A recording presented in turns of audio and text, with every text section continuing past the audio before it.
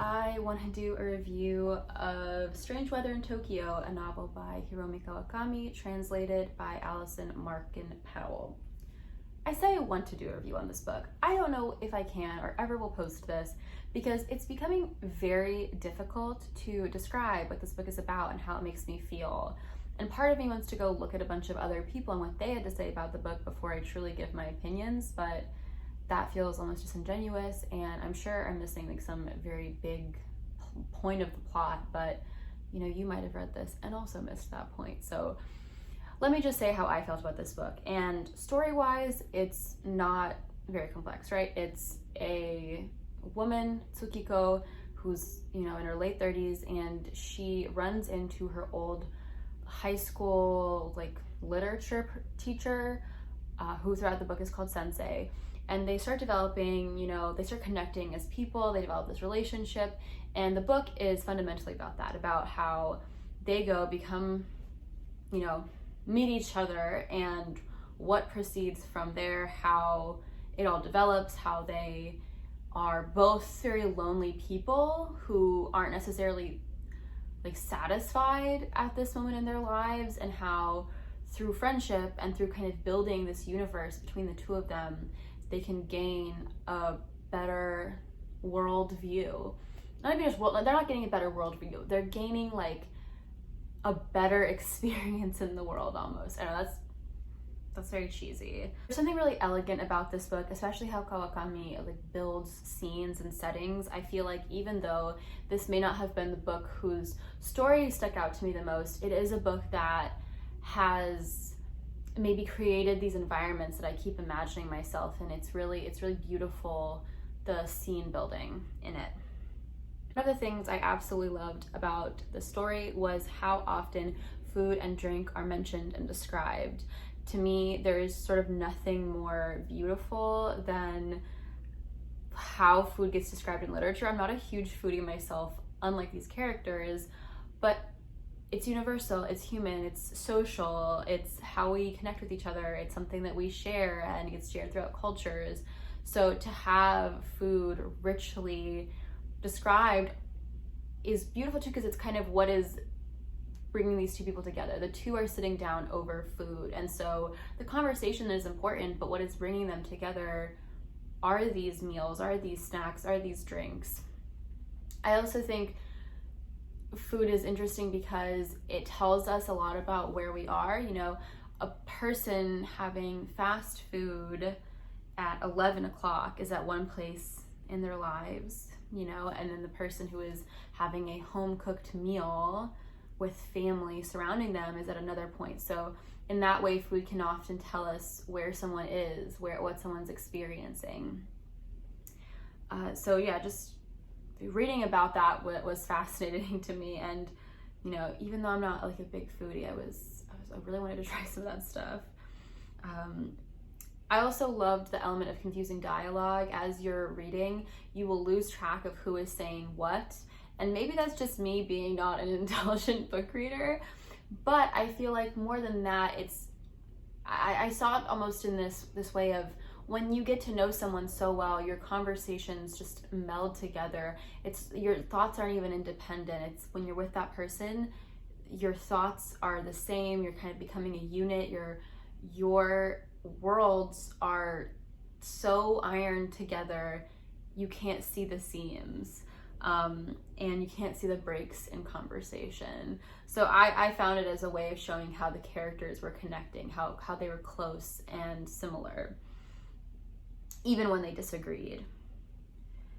I wrote in here about how poetry and how people and emotions are used to create poetry. I honestly don't even remember what I was referring to. I tried to like skim through some pages in the book to figure out what specifically I thought was important to say about that, but I don't think it's a particularly stunning revelation that people and emotions are inspiration for poetry. Like that's so generic to say. Another thing is guessing how someone will respond to something. So Tsukiko will walk around when she's not with Sensei and imagine how Sensei would react to like something that she's thinking, something that she wants to say.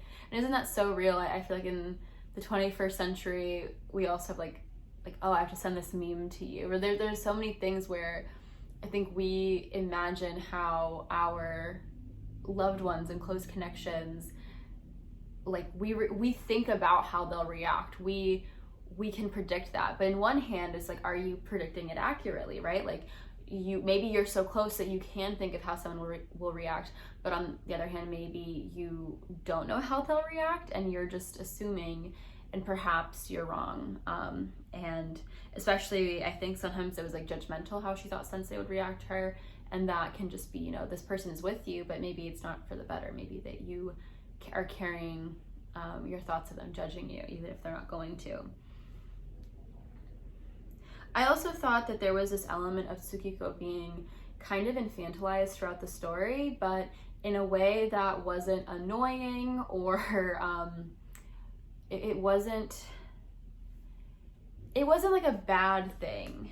I don't know how to explain that more.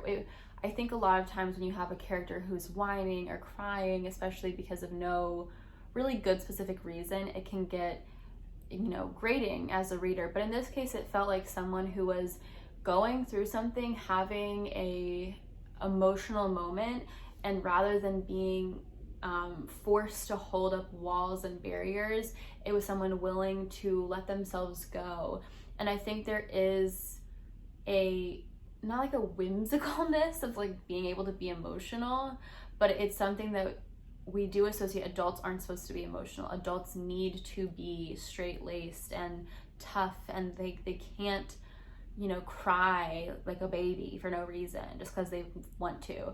But in this book, Tsukiko is doing that, and the author's like allowing her to do that. Age is definitely an interesting part of this story. You have Sensei, who is several decades older than Tsukiko, and I think when you come to this, it feels like it might be creepy, but the book does a good job of it not being creepy. First of all, Tsukiko is like almost 40. It's not like she is a child. It's not like there's a huge power imbalance between the two of them, at least not at this moment.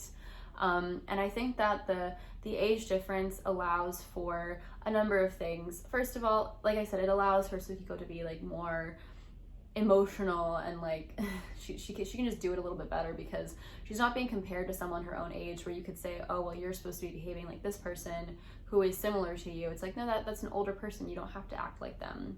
So it doesn't create the parallel between Sensei and Tsukiko if they had been the same age.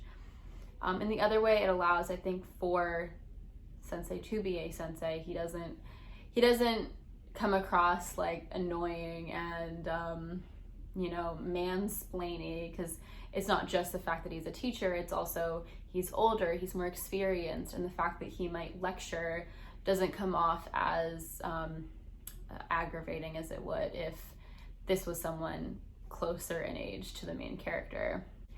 And going off of that, I think that the age difference allows for the two characters to truly develop a relationship. You don't know where it's going throughout the book. You can't tell, you know, is this going to just be platonic? Is it going to be sexual? Is it just going to be romantic? Like, what will this be? And I think age facilitates that. If these two characters had been exactly the same age, there's way more pressure. I think as readers, the two characters will inevitably end up together.